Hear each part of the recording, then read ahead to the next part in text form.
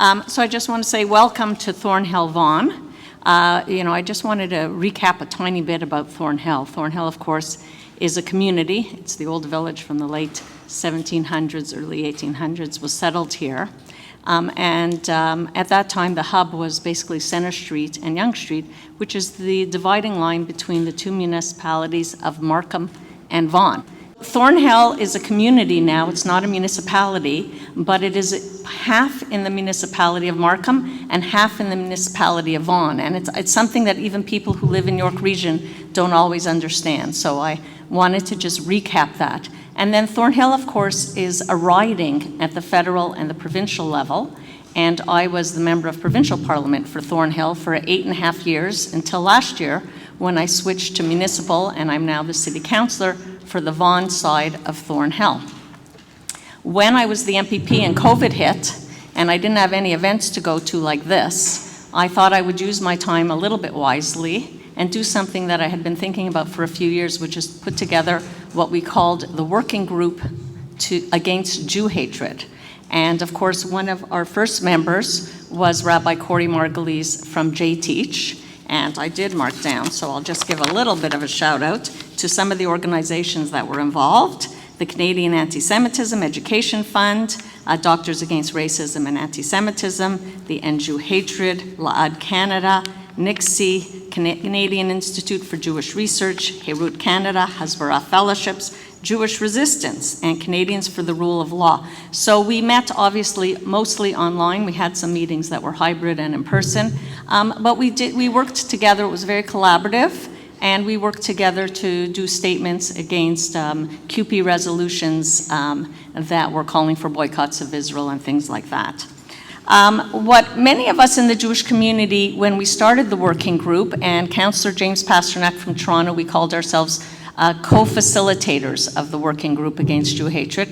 One of the things that it had just been evolving then, that was about 3 years ago, was instead of using the term anti-Semitism, to use the term End Jew hatred. And some people were a little uncomfortable at first, but I think it's really caught on, and kudos to whoever sort of, kept sort of pounding that idea into all of us.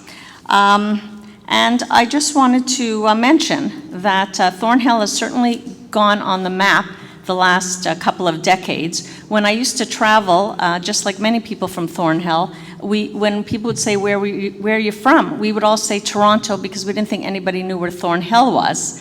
But I remember going to Ottawa with Peter Kent, was the MP at that time, and visiting Prime Minister Netanyahu the first time he was in office, when he came to a reception with the former Prime Minister Harper. And I got my turn up at the line to say a few words to them and take a picture, of course.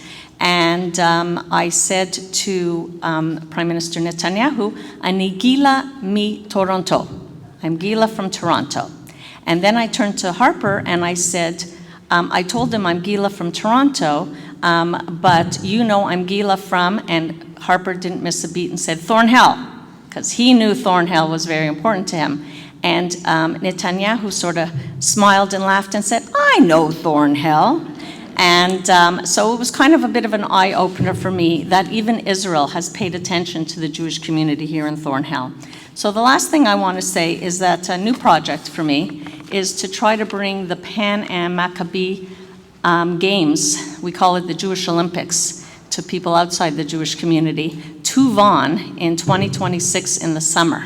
So if any of you have any connections to that, to help me get that moving along, and I feel very confident. My understanding is that the organization in New York for the Jewish community that helps organize the Maccabi Games is very supportive of Vaughan being sort of the host for those games. So I hope that obviously we'll be successful in getting the games, and that I believe will help us promote initiatives like this. So I look forward to the speakers today, and I think I'm not the only one here who's been following Brooke Goldstein and her wonderful speeches and efforts worldwide. Thank you.